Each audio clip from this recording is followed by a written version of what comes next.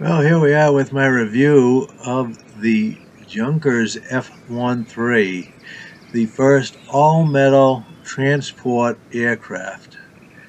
So you see the clipboard here, which I have out, and you can do chocks, steers, luggage, request fuel, have the door open, and so forth, all from this clipboard.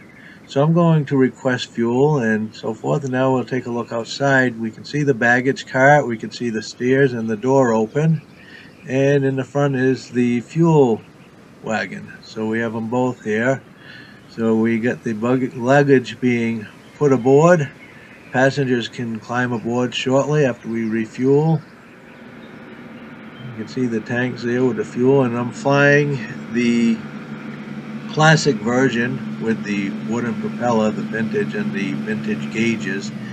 There is a rebuilt version that has, or a modern version that has modern gauges on the dashboard. There's also a version with floats available in the marketplace. And so, okay, so we got everything all set, so we're going to go ahead and have them remove the ladder and the baggage cart and close the door.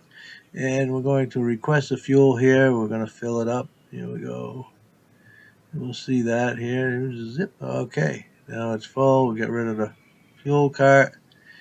And because there are no parking brakes in a vintage aircraft such as this, we will go ahead and leave the chocks in place as we start up the engine.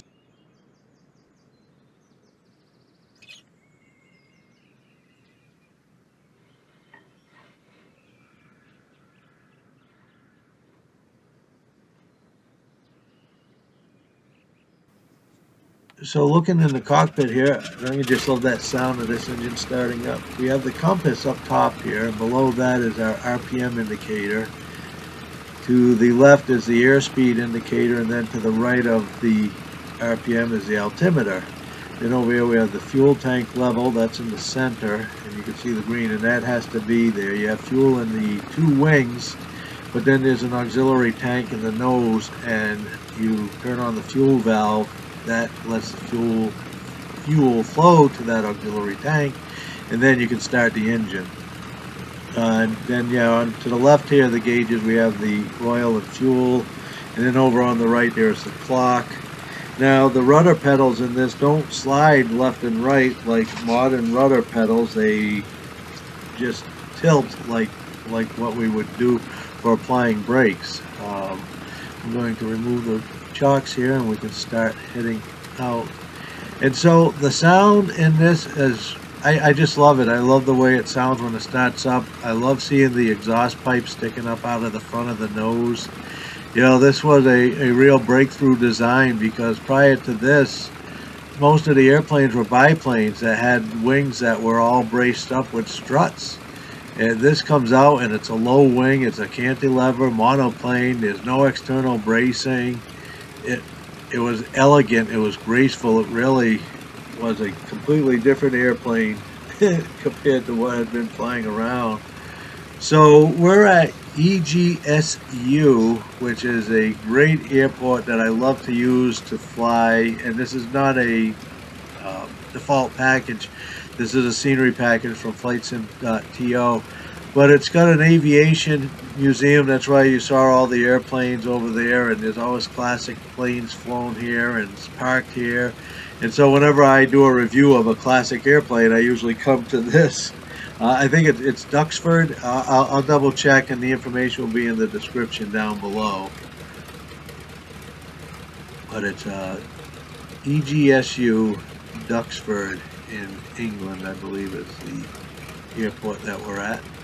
So it taxi's really nice. Of course, it's a tail dragger, and literally a real tail dragger, because there's no wheel on these airplanes. They have a skid underneath on the back end, and so or a spike, I guess is what they call it, a spike. So you want to be careful with that. Now, back then they didn't have paved runways, and so that was okay. So, but in this case, because we do have paved, now there's a dirt runway right over to the right, and I will land on that dirt runway, but I'm going to take off from here. The object is to get that spike up off of the ground as quickly as you can here. And this plane really does fly very, very nicely. Again, taking off here, EGSU, Duxford.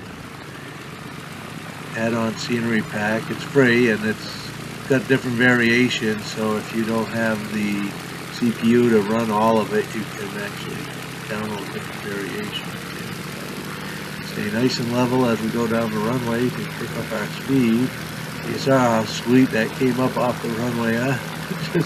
It just flew itself up. I didn't have to pull back on the stick. It just flew itself up. So not a top speed, not a big high speed in these, you know, and so, but the center console, continuing with that down below in the middle between, that's where you have like the ignition lever, you have a mixture lever and a throttle, no prop, you have magneto switches, or a magneto switch I should say, the starter tank valve, the starter, you have a manual fuel pump, and then you have the fuel selector between your two wings.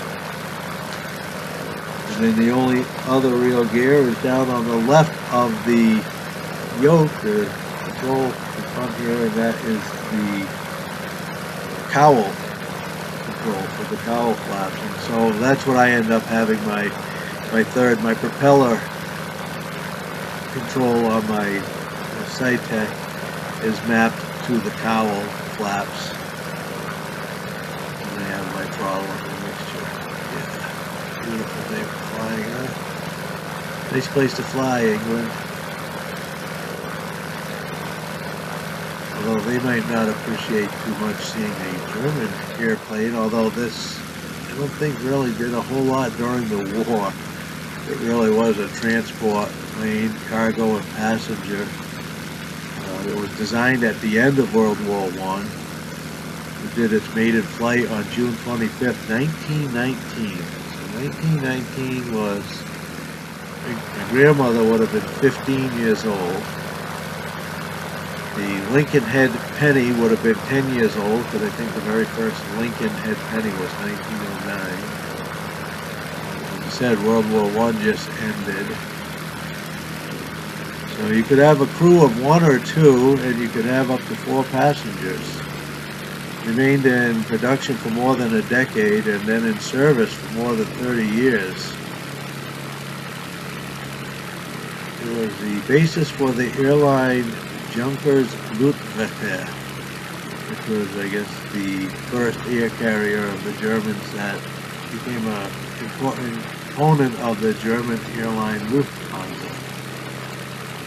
Oh, there's, besides the floats, I think there's a skis version available, delivery. And so, as you can see, we're gonna do a real low, slow flight. You can see if you get it trimmed up and configured right, you can really come in nice and slow with an airplane like this. And we're gonna go nice and slow here past the airfield.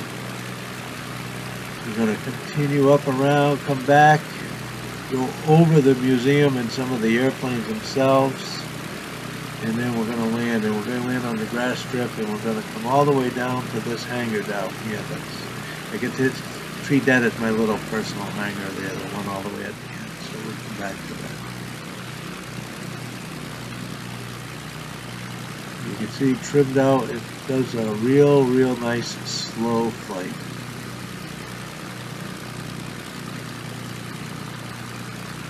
I'm not even really sure what the speed is, because in here, like I said, you have an RPM indicator and the airspeed indicator, but it's the old school, and so I'm not really sure.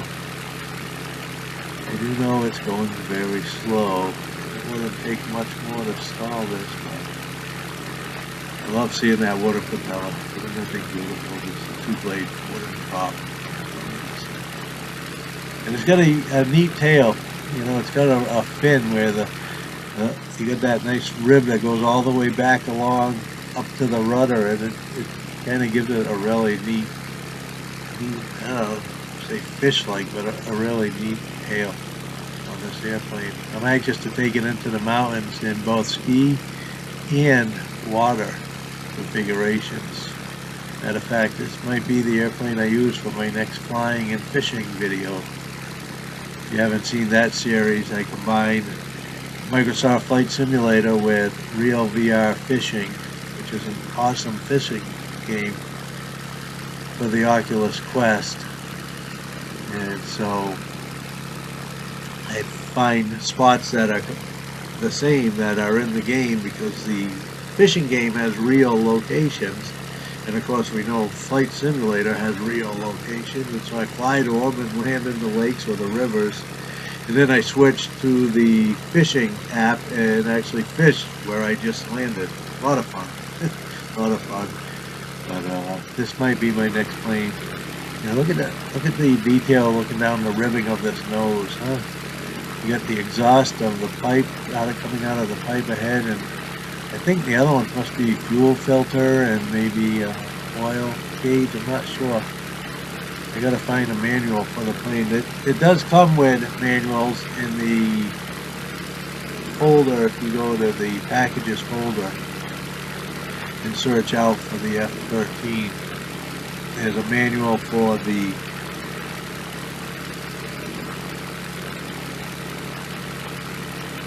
vintage version, and then a manual for the rebuilt or the modern version. I forget what they call it.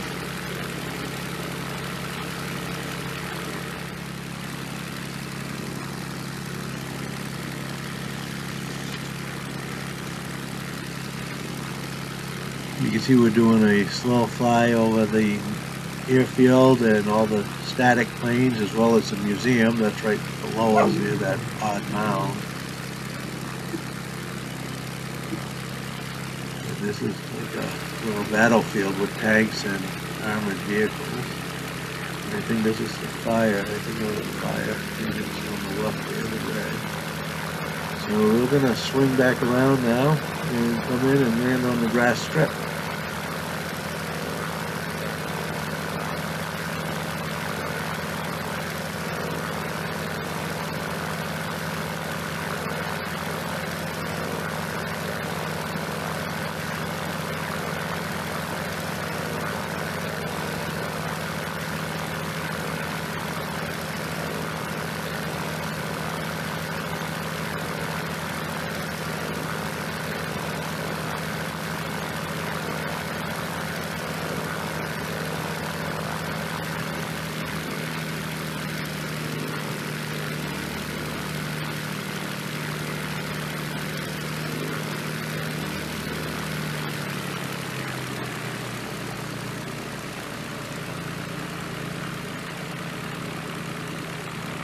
Already going pretty slow here.